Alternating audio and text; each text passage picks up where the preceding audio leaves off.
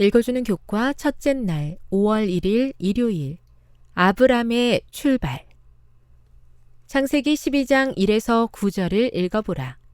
하나님께서 아브람에게 그의 고향과 가족을 떠나라고 명령하신 이유는 무엇인가?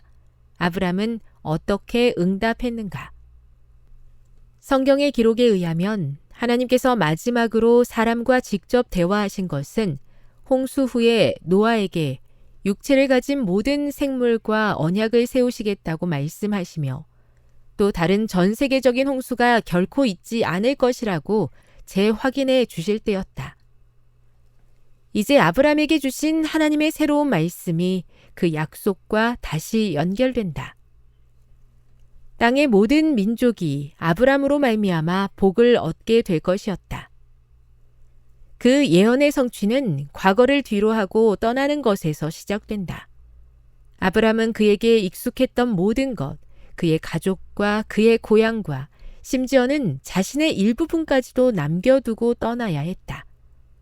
떠나는 것이 얼마나 중요한 것인지는 가다라는 핵심 단어의 반복으로 나타나는데 이 대목에서 가다라는 표현이 7번 반복된다. 아브람은 먼저 자신의 고향이었던 갈대아인의 우르를 떠나야 했다. 바벨론에서 나오라는 부르심은 성경에 기록된 선지자들을 통해 오래전부터 반복되어 왔다. 아브람의 출발은 그의 가족과도 연관되어 있다. 아브람은 그에게 익숙한 전통 그리고 유전과 교육과 영향력을 통해 배우고 습득했던 대부분의 것들을 떠나야 했다. 그러나 가라는 하나님의 부르심은 더 많은 것을 포함한다.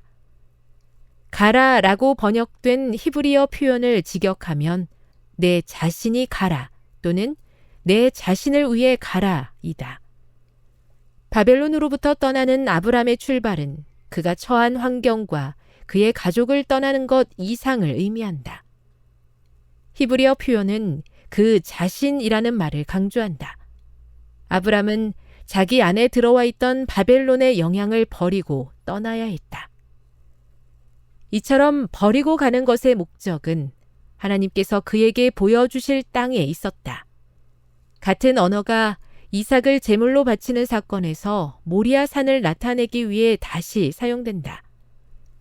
하나님의 약속은 단순히 물리적인 고향에 관한 것이 아니라 세상의 구원과 관련된 것이다.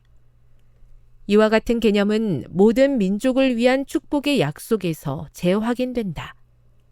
축복하다라는 뜻을 가진 히브리어 바라크는 이 본문에서 5번 등장한다. 모든 사람을 위한 전 세계적인 축복은 아브람의 씨를 통해 올 것이었다. 본문은 마침내 예수 그리스도를 통해 성취될 씨를 언급한다. 교훈입니다.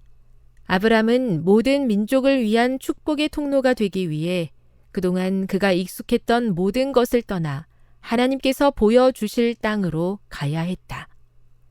묵상. 하나님께서 아브람에게 주신 가라는 명령의 보다 넓은 의미를 묵상해 보십시오.